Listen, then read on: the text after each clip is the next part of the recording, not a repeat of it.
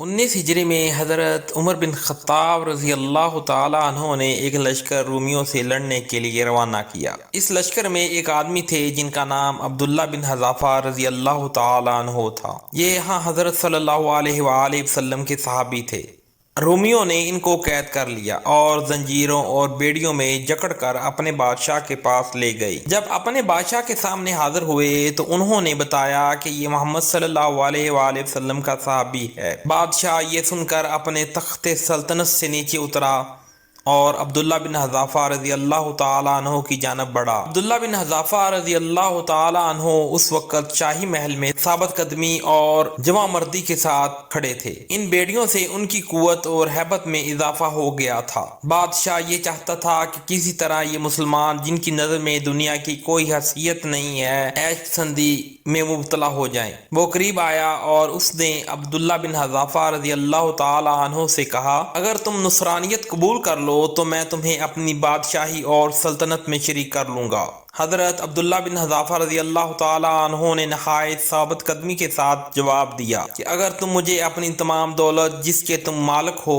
اور وہ تمام دولت جس کے عرب والے مالک ہیں دے دو اور مجھ سے کہو کہ تم دین محمد صلی اللہ علیہ وآلہ وسلم کو چھوڑ دو تو میں ایسا کبھی نہیں کروں گا۔ بادشاہ نے تیز لہجے میں کہا، اگر نہیں مانو گے تو ہم تجھے قتل کر دیں گے۔ حضرت عبداللہ بن حذافہ رضی اللہ تعالیٰ عنہ نے کہا، تم جو چاہو کر لو۔ بادشاہ نے حکم دیا کہ ان کو سولی پر لٹکا دو۔ تیر اندازوں کو کہا کہ تم اس کے ہاتھوں اور پاؤں کے قریب ہو کر تیر برساؤ۔ چنانچہ تیر اندازوں نے عبداللہ بن حذافہ رضی اللہ تعالی عنہ پر تیروں کی بارش برسا دی۔ دوسری طرف بادشاہ انہیں عیسائیت قبول کرنے کا کہہ رہا تھا، لیکن ان کی سزا سے ان کے ایمان میں اضافہ ہی ہوا۔ پھر بادشاہ نے حکم دیا کہ انہیں نیچے اتار دو۔ چنانچہ نیچے اتار دیا گیا۔ پھر بادشاہ نے ایک دیگ منگوائی اور اس میں روغن زیتون ڈالا۔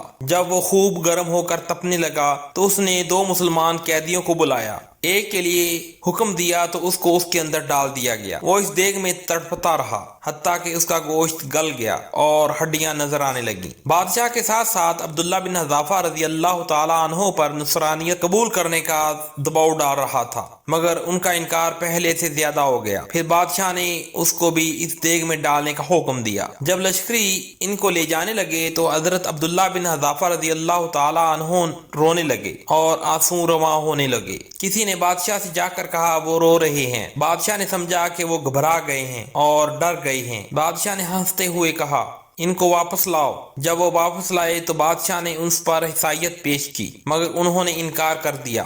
بادشاہ نے متعجب ہو کر حیرانگی سے پوچھا، پھر تم کیوں رو رہے ہو؟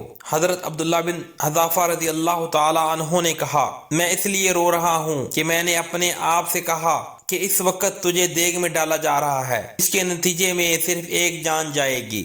میری خواہش ہے کاش میرے جسم کے ہر بال کی تعداد میں برابر جانیں ہوتی جو اللہ کی راہ میں قربان کی جاتی۔ بادشاہ نے حیران ہو کر پوچھا، یہ آدمی تو موت کو معمولی چیز خیال کرتا ہے۔ اس کے بعد بادشاہ آگے بڑھا اور پیشکش کی کہ اگر تم میرے سر کو بوسہ دے دو تو میں تمہیں رہا کر دوں گا۔ حضرت عبداللہ بن حذافہ رضی اللہ تعالی عنہ نے خوش ہو کر کہا، نہیں، صرف مجھے نہیں، تمام مسلمان قیدیوں کو رہا کرو گے۔ بادشاہ نے کہا، ٹھیک ہے، تمام مسلمان قیدیوں کو چھوڑ دوں گا۔ حضرت عبداللہ بن حذافہ رضی اللہ تعالی عنہ کہتے ہیں کہ میں نے اپنے دل میں کہا کہ اگر خدا کے اس دشمن کے سر کو بوسہ دے دوں اور سارے مسلمان قیدی رہا ہو جائیں تو کوئی حرج نہیں۔ چنانچہ حضرت عبداللہ بن حذافہ رضی اللہ تعالی عنہ آگے بڑھے اور اس کے سر کو بوسہ دیا۔ اس نے وعدے کے مطابق مسلمان قیدی حضرت عبداللہ بن حذافہ رضی اللہ تعالی عنہ کے حوالے کر دیے۔ حضرت عبداللہ بن حذافہ رضی اللہ تعالی عنہ ان کو لے کر حضرت عمر بن خطاب رضی اللہ تعالی عنہ کے پاس پہنچے اور سارا واقعہ سنایا تو حضرت عمر بن خطاب رضی اللہ تعالی عنہ کا چہرہ خوشی سے چمکنے لگا۔ پکار کر فرمایا، ہر مسلمان پر یہ لازم ہے کہ وہ عبداللہ بن حذافہ رضی اللہ تعالی عنہ کے سر کو بوسہ دے، اور آغاز میں کرتا ہوں۔ چنانچہ حضرت عمر بن خطاب رضی اللہ تعالی عنہ اٹھے، تھوڑے سے جھکے اور عبداللہ بن حذافہ رضی اللہ تعالی عنہ کے سر کو بوسہ دیا۔ Thanks for watching my videos. Please like, subscribe and press the bell icon for upcoming videos. شکریہ۔